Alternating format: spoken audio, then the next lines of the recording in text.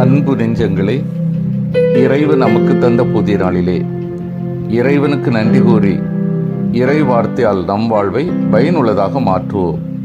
இறைவன் நம் அனைவரை நிறைவாக ஆசீர்வதித்து பாதுகாத்து வழி நடத்துவாராக. இன்றைய விழா புனித பிரான்சிஸ் சவேரியார் விழா. மார்க்கு நற்செய்தி நூல் பிரிவு 16, இறை சொற்றொடர்கள் 15 முதல் 20 முடிய. அன்பார்ந்தோர்களே, புனித பிரான்சிஸ் சவேரியார் இந்தியா, ஜப்பான் நாடுகளின் திருத்தூதர். பல ஆயிரம் மைல்கள் கடந்து சென்று நற்செய்தி அறிவித்தவர். உடல் அழியா வரம் பெற்றவர். பல்லாயிரம் பேருக்கு திருமுழுக்கு கொடுத்து இறைவன் அரசில் பங்கு பெற செய்தவர். ஆன்மாக்களை சூறையாடி இறைவன்பால் கொண்டு வருவதில் தனியாத தாகம் கொண்டவர். இந்திய திரு அவையில் ஒரு அழியா முத்திரையை பதித்தவர். கைகளில் பாடுபட்ட சிலுவையையும் தன்னுடைய இதயத்தில் இயேசின் பாடுகளையும் போதனைகளையும் சுமந்து கொண்டு நற்செய்தியை அறிவித்தவர். இலவசமாக பெற்ற நற்செய்தி இலவசமாக கொடுத்தவர். மொழி, சமுதாய சூழல், அரசியல் குறுக்கீடு, தோல்வி போன்ற எதிர்ப்புகள் மலைபோல் வந்தபோதும் முக மலர்ச்சியுடன் நற்செய்தியை அறிவித்தவர். அவருடைய வாழ்வு பற்றி சிந்தித்து அவர் சொன்ன இயேசுவின் மதிப்பீடுகளில் வாழ்கின்றோமா என்று சிந்திக்க நாம் அழைக்கப்படுகின்றோம்.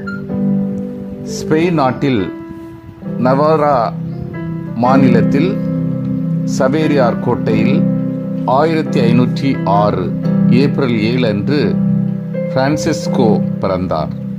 இவர் 5 பிள்ளைகளுள் கடைசி குழந்தை ஆவார். இவரின் தந்தை யுவான் தே ஆசு நவாரா அரசன் 3ஆம் யோவான் என்பவரது முக்கிய ஆலோசகராக இருந்தார். தாய் டோனா மரியா. தமது திருமணத்தின் போது கொண்டு வந்த சொத்து இந்த சவேரியார் கோட்டை. அந்த கால வழக்கப்படி செல்வ சீமானின் மகனான பிரான்சிஸ் சிறு வயது முதலே குதிரை சவாரி மற்றும் கத்திச்சண்டை ஆகியவற்றை கற்று தேர்ந்தார். உடற்பயிற்சி செய்வதில் அதிக அக்கறை எடுத்துக்கொண்டார். தமது ஊரிலேயே தொடக்க கல்வி கற்றார். பிரான்சிஸ் 9 வயதில் 1515 அக்டோபர் 16ஆம் நாள் தம் தந்தை இழந்தார். உயர்கல்வி கற்பதற்காக பாரிஸ் புனித பார்பரா கல்லூரி சென்றார். இவரைப் போலவே கல்வி கற்க வந்திருந்த பேதுரு ஃபேபர் என்பவரை சந்தித்தார். அங்குதான் புனித லோயலா இன்னாசியா இருந்தார். இயேசு சபையை ஆரம்பிக்க வேண்டும் என்ற உள் உந்தலுடன் அங்கு வாழ்ந்து வந்தார். பிரான்சிஸ் உலக நாட்டங்களில் ஈடுபட விரும்புவதை அறிந்த இன்னாசியார் மனித உலகம் முழுவதையும் ஆதாயமாக்கி கொண்டாலும் தம் வாழ்வை இழப்பாரெனில் அவருக்கு கிடைக்கும் பயன் என்ன என்று அடிக்கடி பிரான்சிஸிடம் கூறி வந்தார். இது குறித்து ஆழ்ந்து சிந்தித்த பிரான்சிஸ் மனம் மாறினார். பேதுரு, பேவர், பிரான்சிஸ் மற்றும் 4 பேர் 1534 ஆகஸ்ட் 15 அன்று தங்களது வாழ்வை இறைவனுக்கு கையளித்து வார்த்தைப்பாடு கொடுத்தார்கள். படிப்பு முடித்த பிறகு சில காலம் ஆசிரியராக பணியாற்றிவிட்டு வெனிஸ் திரும்பினார் பிரான்சிஸ். மிகுந்த ஆர்வத்துடன் அங்கிருந்த மருத்துவமனையில் ஏழை நோயாளிகளுக்காக உழைத்தார். இன்னாசியாருடன் சேர்ந்து 1537 ஜூன் 24 அன்று குருத்துவ அருள்பொழி பெற்றார். இயேசபை முறைப்படி நிறுவிட அடுத்த ஆண்டு ரோமை சென்றார். மறைபணி ஆற்றுவதற்காக 1541 ஏப்ரல் 7ஆம் தேதி கப்பலில் புறப்பட்டார். அடுத்த ஆண்டு மே 6 அன்று கோவா வந்தடைந்தார். முதல் 5 மாதங்கள் போதிப்பதிலும் மருத்துவமனையில் சேவை ஆற்றுவதிலும் செலவிட்டார். சிறு மணி ஒன்றை அடித்தபடி தெருவில் நடந்து சிறுவர்களை தம்பால் ஈர்த்தார். அவர்களை அழைத்து கொண்டு அருகிலுள்ள ஆலயத்திற்கு சென்றார். மறைக்கல்வி கற்பித்தார். ஏறக்குறைய 1542 அக்டோபரில் தென் இந்தியாவின் கடற்கரை பகுதிக்கு வந்தார். ஏற்கனவே கிறிஸ்தவர்களாக இருந்தாலும் போதிய குருக்கள் இல்லாததால் கிறிஸ்தவ விழுமியங்களில் வாழாமல் ஜெபங்கள் தெரியாத நிலையில் மக்கள் இருந்தார்கள். அவர்களுக்கு பணியாற்றினார்.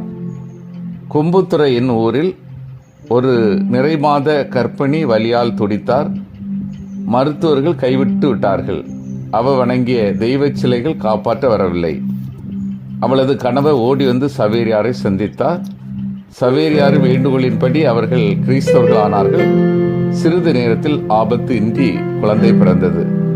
பிரான்சிஸ் 1545 டிசம்பரில் மலாக்கா சென்றார். கொஞ்ச காலமே நற்செய்தி போதித்தாலும் பலரை கிறிஸ்தவ மறைக்கு கொண்டு வந்தார். பிறகு ஏறக்குறை 1546 ஜனவரி அம்போயினாவுக்கு பயணமானார். அங்கிருந்தபடி அருகில் இருந்த தீவுகளுக்கு சென்று நற்செய்தி போதிப்பது வழக்கம். அவ்வாறு செல்லும்போது ஏற்பட்ட கடல் கொந்தளிப்பினால் சவேரியாரு கழுத்தில் இருந்த பாடுபட்ட சுரூபம் கடலில் விழுந்து விட்டது. மிகவும் அருந்தினார்.